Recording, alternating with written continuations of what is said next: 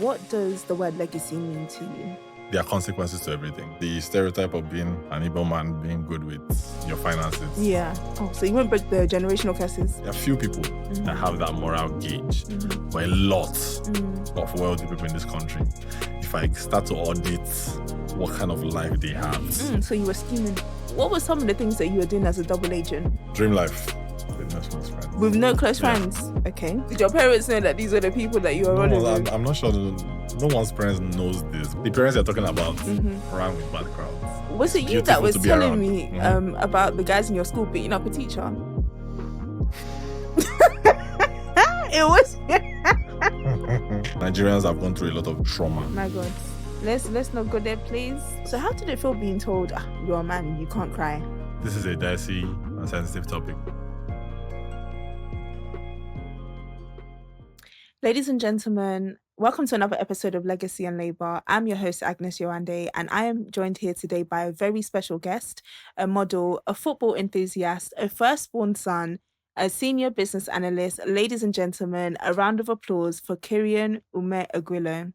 Round of applause. Thank you. Thank you so much for joining me today, Kyrian. I'm really looking forward to our conversation and really looking forward to getting into a bit more depth about your experience as a firstborn, especially growing up in a Nigerian and Igbo household, and how that has formed your life and shaped you, and especially with the legacies that you are building as well. Same here. Thank you for having me.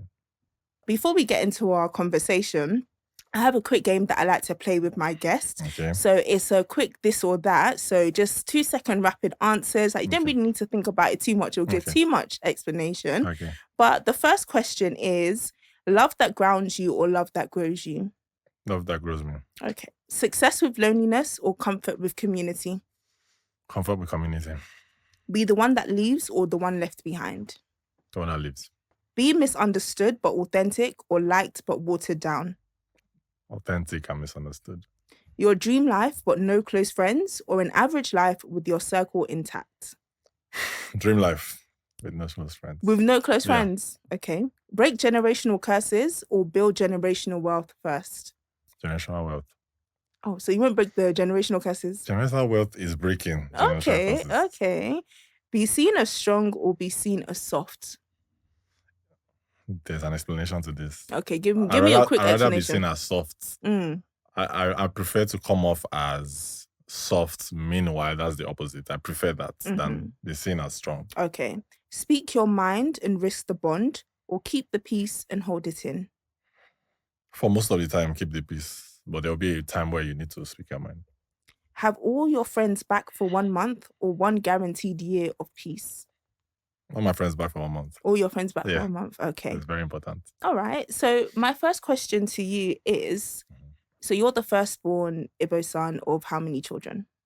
4 in total, me inclusive. Right. Yeah. So what's the genders of your siblings? So 3 brothers. I'm the oldest, and I have 2 other brothers after me, and then I have a younger sister under 20. Okay. So as the firstborn son that was raised in Lagos, what was your unofficial job title in the family before you knew what adulthood really meant?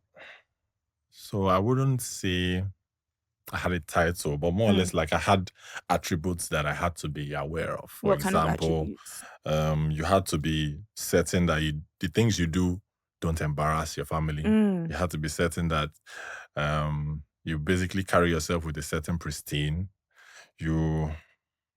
So basically, I wasn't that outside. I wasn't always outside when I was younger, simply because I was the first. And you see your little ones, So I basically had to learn how to be responsible from a very early age, so that you just don't let the people that are looking at you down. So what kind of pressures did that put on you growing up? So I think initially it wasn't pressure. You just knew that you were going to carry this mantle. So it wasn't pressure at all. I think the toll eventually take on when you are teens and early adulthood, then you begin to see that there's a restriction on you. Yeah. So how did you feel about that restriction, like when you were a teen growing up, especially when you wanted to do your own thing as well? Well, restrictions are not good in any kind of way. They're not good, but because I felt like there is an adventurous side to me I haven't explored yet. And I know that past side exists, but again, if you explore that, then you risk going against what you know, the responsibility that you are imbued with. So there's a little turmoil within yourselves, but I think for most of the time, it's not always fun to be held back by responsibilities. Right. Yeah. So did you feel like you needed to break out from being held back, or did you say, you know what, I understand my responsibility, so I'm just going to stay where they've put me? I think the only thing that would hold you accountable is that you are doing this for family.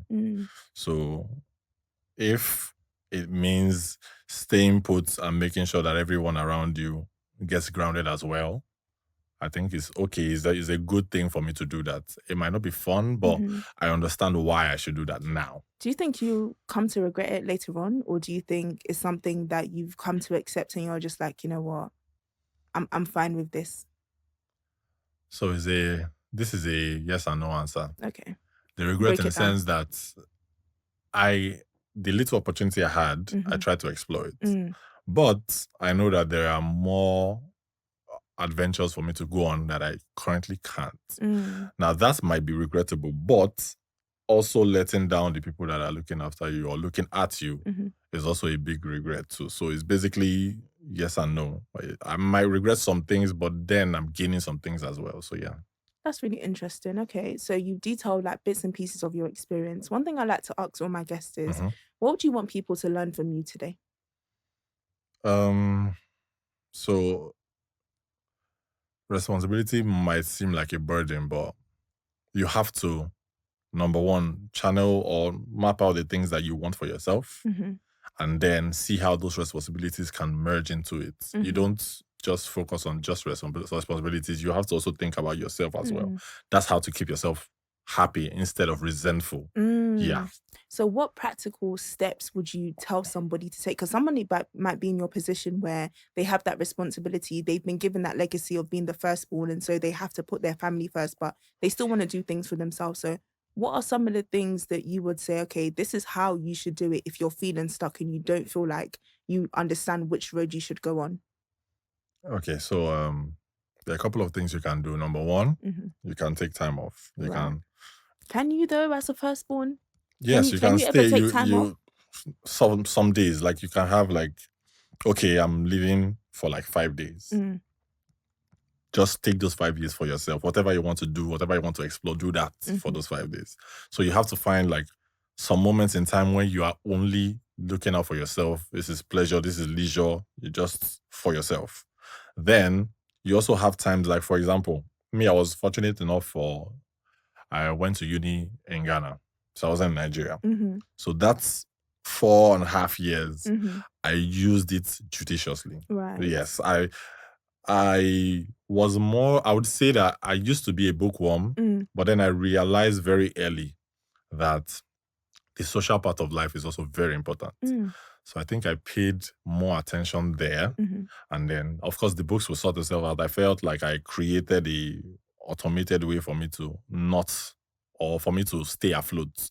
But I made sure that my social life was also up there so that I was able to explore and go to places that I wouldn't normally be invited to and all of that. So yeah, I used those opportunities to, I explore myself while being responsible at home. Yeah. Yeah. So as a firstborn that, has responsibility in the household with your siblings, what was it like leaving Nigeria to go and study in Ghana? It wasn't as bad as it seems. I had a second, third cousin that like came in and was like, okay, this is where I think you should go. I'm currently there. So what's up? And I think that person he's very, would I say, is one of the few human beings that I rate as good people. So it wasn't a stretch. And my people were not also stressed about it. They know him, I know him. So we just went along. So I went with family technically. Okay, yeah. Yeah, so it wasn't strenuous. But of course, when all of them left and I was now by myself, that's why I was able to understand that, okay, you can do this on your own and you can also explore things without being stressed. I actually enjoy being alone, funny enough, even though I'm a first one, I'm always around family. Yeah. I enjoy being by myself. So what skills or what experiences from being a firstborn and your life at home were able to help you by yourself in Ghana during that time?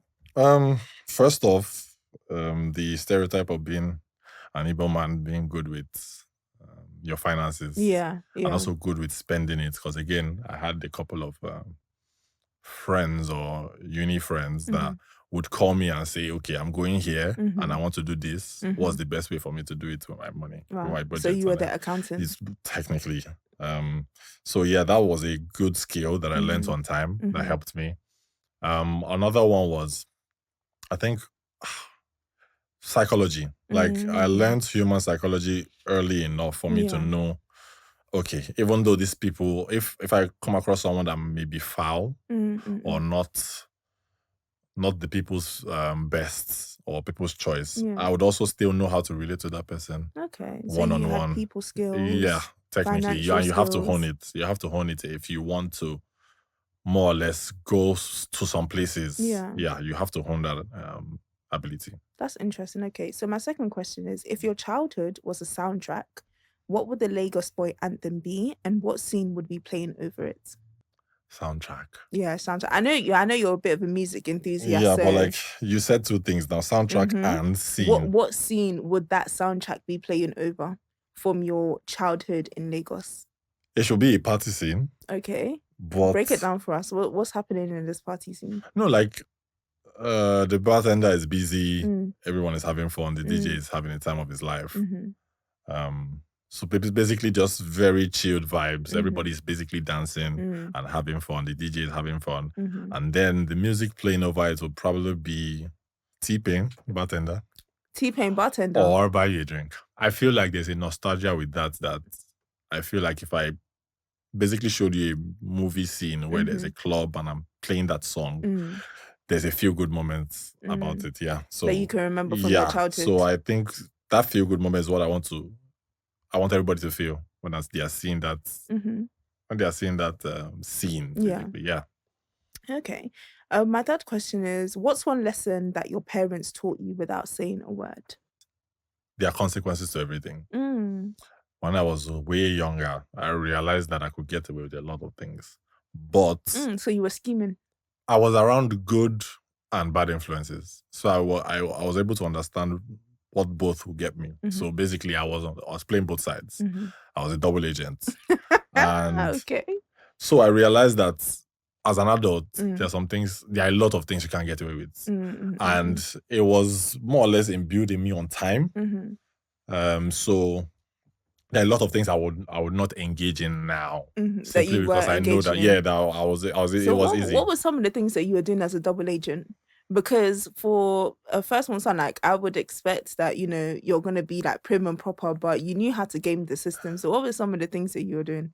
Okay, so let me give context to this. Okay. The secondary school I went to, the overall view of it was there were a lot of people that were prim and proper, and there were a lot of people that were rough. Yeah. And that's what I dabbled in both worlds. So you were the ruffians. Both sides knew me, the prim and proper guys, and then the other guys. Yeah. So I basically would find myself in both sides and then basically explore what they are about. The rough guys basically do that for the fun of it, for the thrill of it. Yeah. When you're younger and you are basically, they are saying that at a certain time you shouldn't be here, but for some reason, it's after that time. Wait, was it you that was telling me about the guys in your school beating up a teacher? It was. Sorry, did your parents know that these are the people that you were running with? I'm not sure. No one's parents knows this, but like, here's one fun part. The parents you're talking about ran with bad crowds. Really? Yeah, like even your parents, if you dig deep, you know that there's a point in time where they were like, this sets of people, they're not good for me. And they figured it out and they moved on. Yeah. That's what everybody needs to go through. Explore your friendships, then know the ones that are good for you. Right. And then move on. But again, there's nothing harm with a little exploration with them. So how were you able to keep that balance between knowing who you are and being able to explore so you don't get too deep? It was experience. It was experience. Just paying attention, being in the present, looking at, okay, these activities that we just did, what were the consequences? What happened? So if I play both scenarios, I believe I realize what route to go through next time. Yeah. So over time, I realized that, okay, this particular route is not the best. I should take an alternative route. Okay. So we're talking about legacy, we're talking about labor. What does the word legacy mean to you? So legacy means what you are being remembered by and what you leave behind. So basically, if you leave behind words of wisdom, those things would stay in the person's mind, and that person can pass it on to so many other people down the line. There's some words and some proverbs we use now that the person that initially started it, we don't know who the person is, but the person lives on because we say, oh, a word for is what not for the wise and whatnot. So that's what I mean. So the legacy is basically what you live by and what you be remembered by. Okay. So what's one proverb that you stand by, that one proverb that always comes to your mind? I think it's the ones that a lot of young people hate, which is that what an elder is sitting down. Oh, you love that one. I love it so much. You love that what one. an elder is sitting down is what an elder sees while sitting down. You will climb the terrace tree and you won't still figure it out. Okay. It's not necessary you won't see it. You won't figure out what the person has figured out sitting down. Because of the experience. That's fair. Yeah. And what do you want to be remembered by? What kind of legacy do you want to leave behind as an individual and also as a firstborn? That is, so first of all, in any situation, I try to have my fun. I think my colleagues will be able to put it much more, or articulate it more. In these most stressful situations, I find a way to crack a joke, lighten the mood. I prefer to make everybody I prefer to see everyone in a relaxed instead of a tensed mode. So I always go for trying to lighten the mood. Also, I try to also chip in some, would I say, words of wisdom inside those things that I crack or those jokes that I crack. So it's a combination of funny or hilarious and also some words from experiences I've had. Yeah. So if you pay attention to some things I joke about, you might learn something. Okay. And how would your siblings describe you as a firstborn?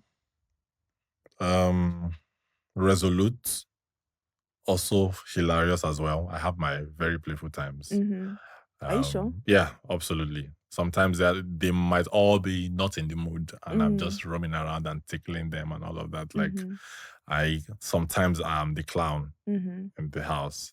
But also I have sessions, random sessions. It's not, I wouldn't see it as session, but like when we start talking, I start to break down what I've learned so far about a particular topic. So you're the eldest sitting down? Yeah.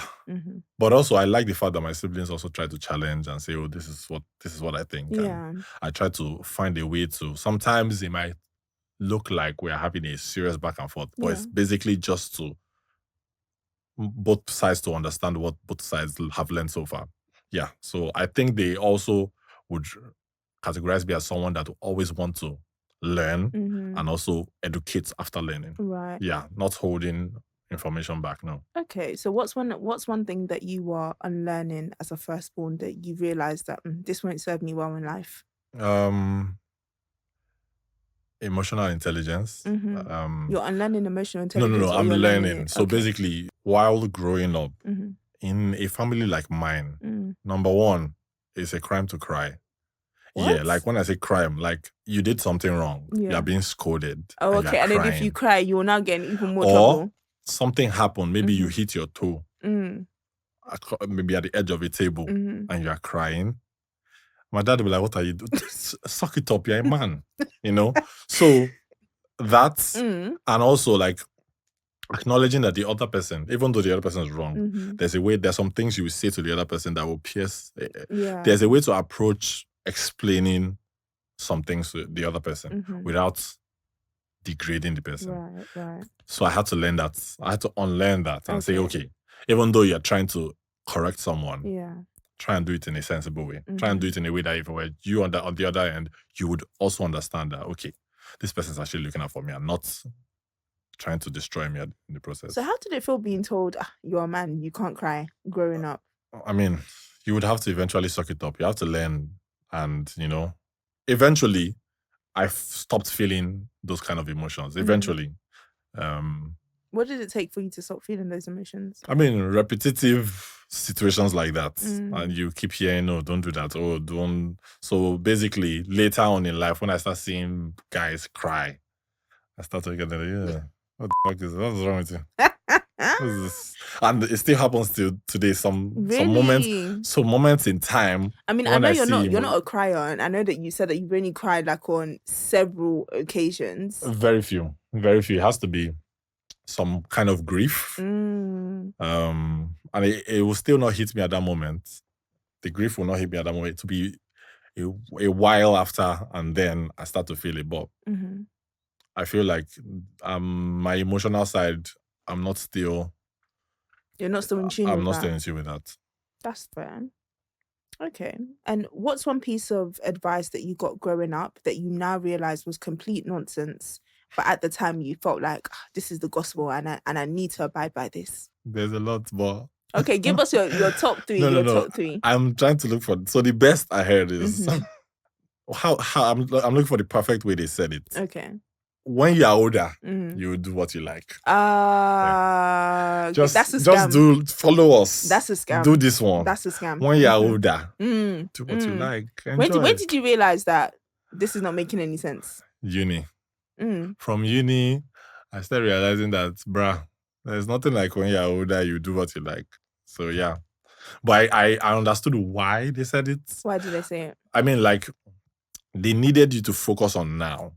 Because if you think about high school or secondary school, some people will start looking towards, I want to leave. Yeah. I want to get out. Yeah. I'm in SS1. I want to leave and go to uni. Everybody's looking for the next stage instead of being present. So I think that taught me how to be present in the moment. Yeah. So I think moving forward, that part helps me. But like making me look forward to adulthood, that was a great scam, man.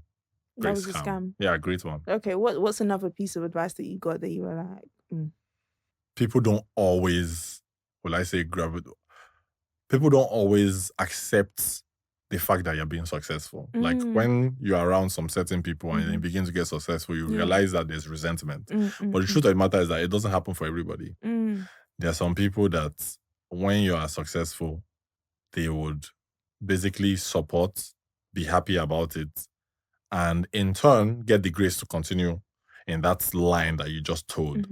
So it doesn't happen for everyone, because I've witnessed some people, blossom or I blossom and then they don't change. So yeah, it doesn't happen to everyone. So I don't think that should be a general statement. There should be some people, not all. And you have to have the spirit of discernment to know those kind of people. Yeah. Absolutely. Yeah. What does community mean for you? I don't know if I will have time to break this down for you, but like community used to be what the African spirit was about. Right. Back then, how you learn about your history, about stories, is when you are in the community. In the evening, you gather together, someone older or an elder sits down and starts telling you about tales.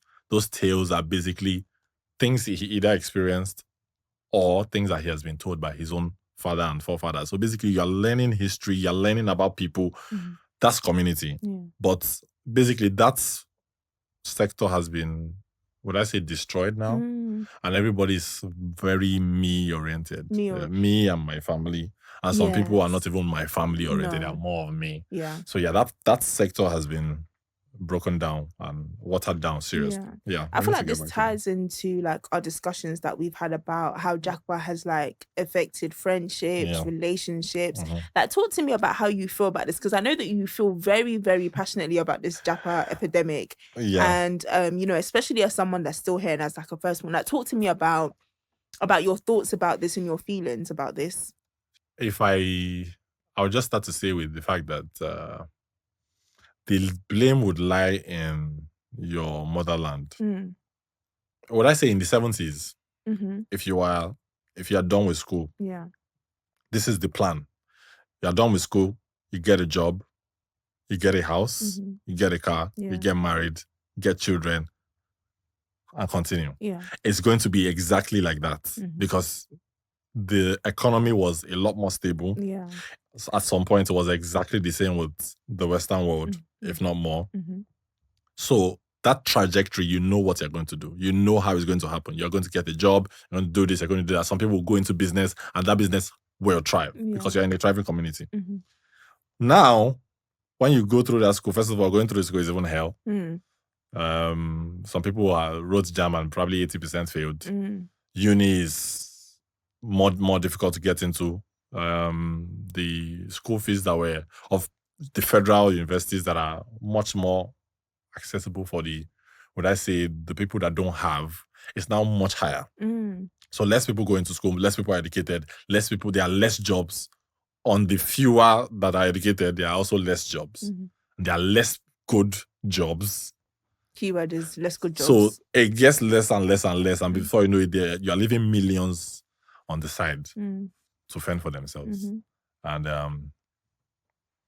it is this trajectory that has caused people to say, I don't think this will work. I need to find somewhere else that has a better and surer trajectory for me. And that's what causes the fleet of people living in the country, or plethora of people that live in the country. And so this also destroys basically friendship groups that have been formed from like your teen years. Technically, this also breeds like some kind of trust dysfunctionality, because if you are not with your core group, then you feel it is easy for you to, you feel that detachment to everybody. You meet someone, the person is cool, but you're like, I don't think this person will stay that long. So let me detach from the person. So this is where you saying that people are very much me, myself, and I. Because they have gone through a lot of things. Nigerians have gone through a lot of trauma. Yeah. So this is their response to that. Let me look out for myself. Right. Yeah. And when you see people doing that, like, what are some of the things that you do to kind of bring them out of that mindset, or to show them that actually, you know what, just because you don't have your core group here, you can actually still make room for new people in your life? Well, the most important thing is for myself, for me to do that, do the thing that I want them to see or want them to do. So I do that myself. Yeah, I live by example. Secondly, it's much more difficult to convince someone. Right. Because they say difficult times breed strong men. Yeah. Strong men breed weak people, and then weak people breed difficult times. So we're in difficult times now, and we have a lot of weak people. Right. The era before now was a good era. Right. The weak people took over, and there are more weak people creating difficult times. So basically, it's difficult for someone to say, it's difficult for generosity to be a thing. If you want to give out, you don't even know if the other person at the other end is entitled to and would expect you to do that the next time. There's a lot of maybes and ifs when it comes to like the normal moral and values that we grew up in. Now nobody displays that. So it's difficult for you to explain to someone that it shouldn't be always yourself. They'll tell you that, what about the people ruling us? Aren't they for themselves? So who's going to look out for them? So it's much more difficult to explain to them. Okay, so how do you feel about staying behind? Like, do you feel like this is you fulfilling your role as the eldest son, or do you just feel like... No, it's temporal. It's temporal. I feel like I have a lot of things that I want to personally, some milestones I want to reach. Yeah. Also, I feel like some of my siblings are already looking at the possibility of taking that route to leave already. Yeah. So if they are leaving, nothing holds me back. Right. I'm just saying that I have milestones that I want to reach. Yeah. And then I start thinking if that is a possibility or not, if that is the best thing for me or not. So it's not, me staying here is not really... It's not for anyone else's fault. It's more for yourself and what you want to achieve. Yeah. Okay. And have you ever felt torn between honoring tradition and creating your own path? And all the time. What did you choose in that moment? Give me an example of when, you felt torn between tradition and creating your own path. This is a dicey and sensitive topic, but like in my tradition, there is a lens at which they look at women. Okay. Being educated, being exposed, I begin to question it. You know. Now, I understand the dynamics between two genders. I understand it. But when a particular setting or a group of people come together and say, let's do this, and then generations down the line, you say this thing that those group of people gather together to say is the way. I think I disagree. There should be new ways to think about it. There should be new ways for us to do things, basically. Yeah. But how will we be able to introduce these new ways of thinking of things into traditions and our culture? So first of all, is enlightening others. because there are going to be a group of people that are 60 and above, that are resolute, they are stuck in their ways. It's difficult for you to change them. But the best you can do to those sets is to keep explaining, showing examples. This way, I know you are used to this, but look at this way. Isn't that a better option? I know you're not comfortable with it, but look at that. So more or less having conversations, trying to enlighten them. But for the new set of people that are about to be elders, they should know better. They should know better.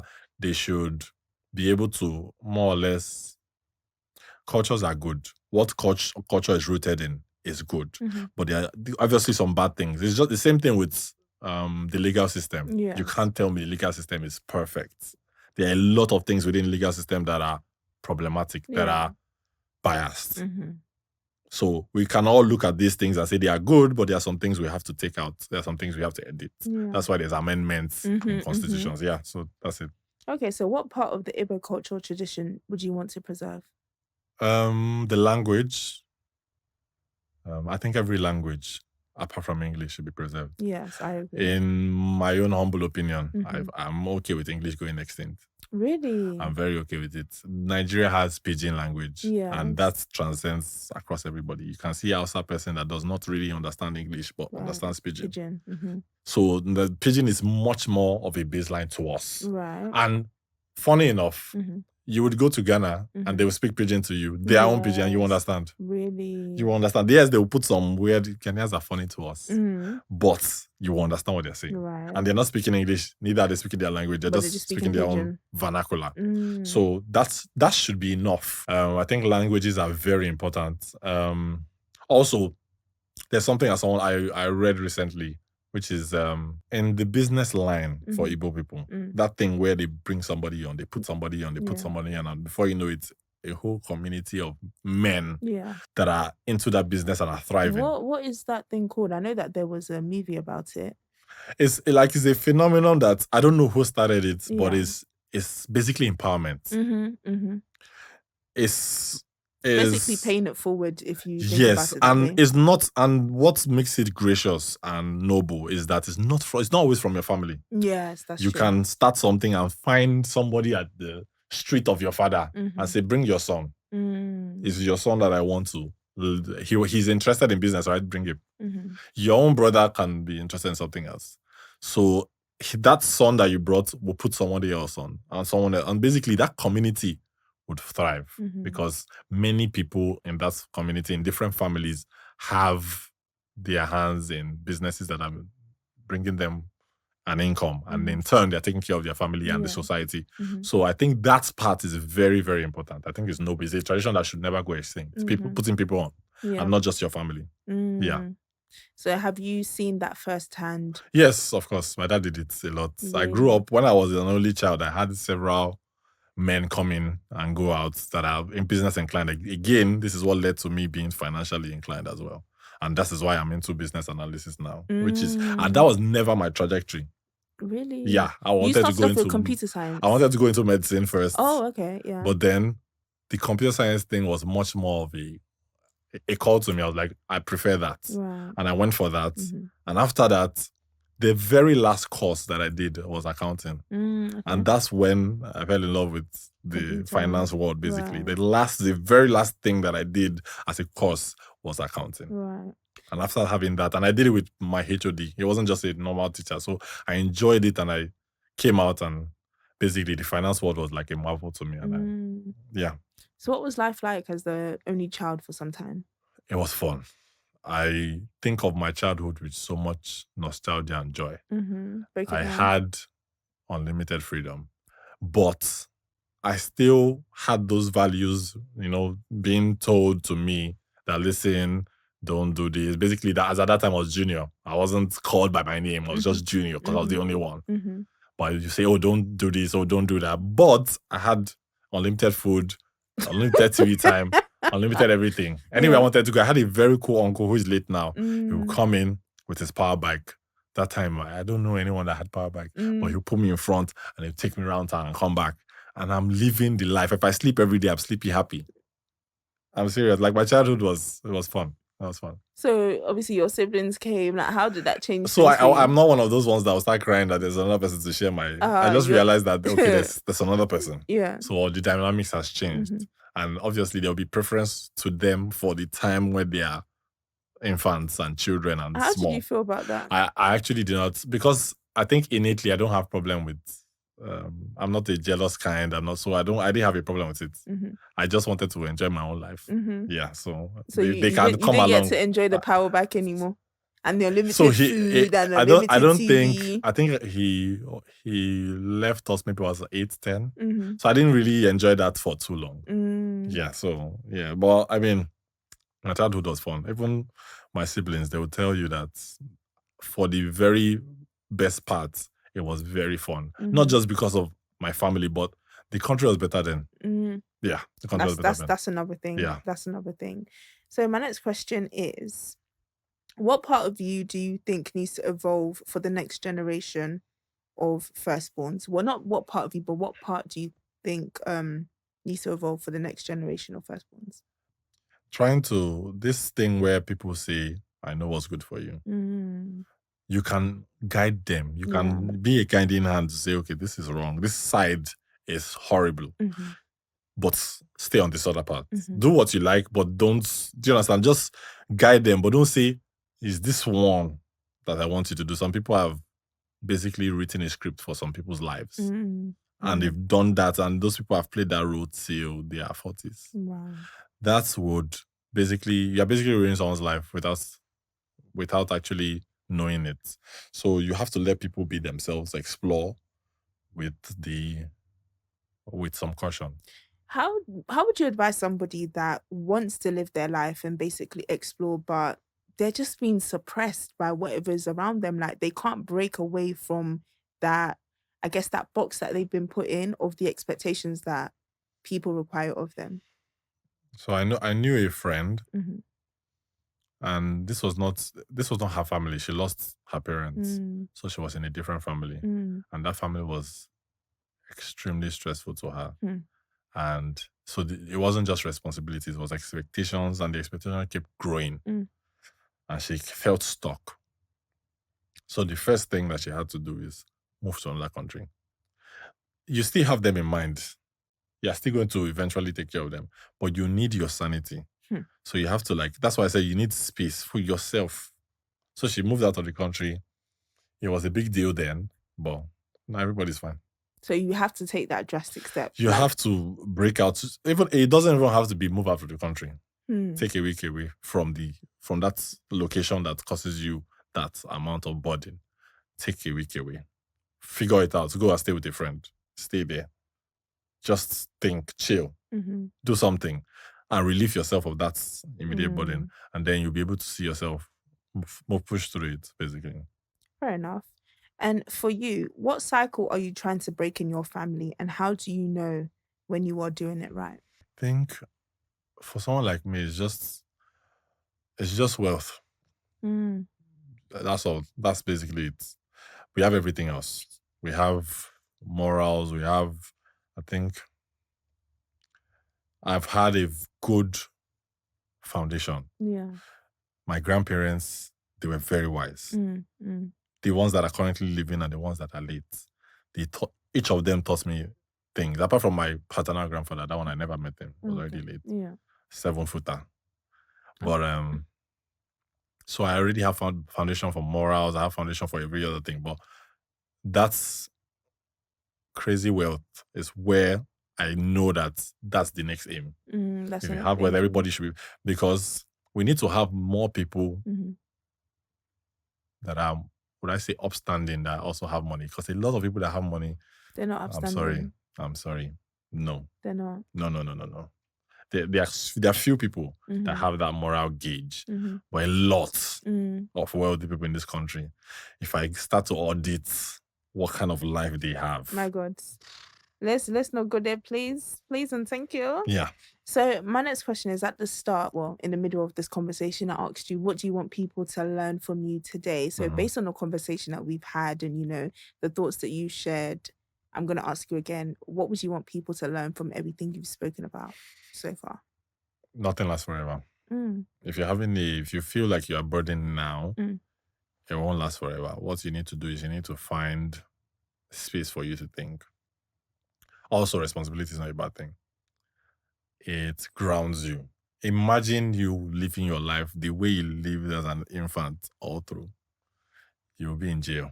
Somebody cannot be a Yeah, baby girl no. again. You have to be. You'll be in jail. Think about it. The exact way you were as an infant. No care in the world. You will end up in jail. You need something to ground you. And that's basically the point of responsibility. Okay. It's a grounding tool. Fair enough. Yeah. That's fair.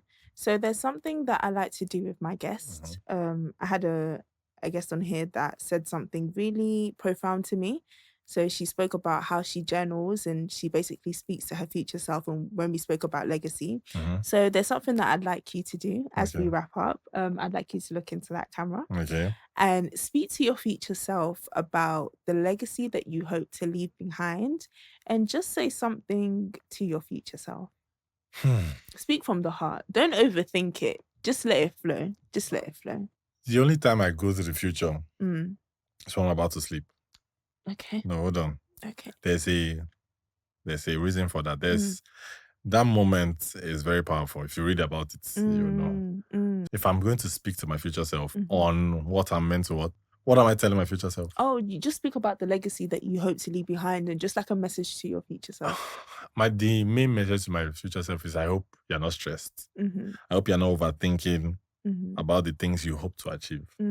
If you basically clear your head, do the right things, and strive, you have to get up and do the work. If you do that, you only need once. Like that thing you're looking for needs to happen once for everything to click. You might try a lot of times and it might be stressful. It might be depressing, but it just has to happen once. That is your only motivation. So I hope you're not stressed. I hope you're living life. We'll meet you in front. We'll meet you in front. Yeah, we'll meet you in front.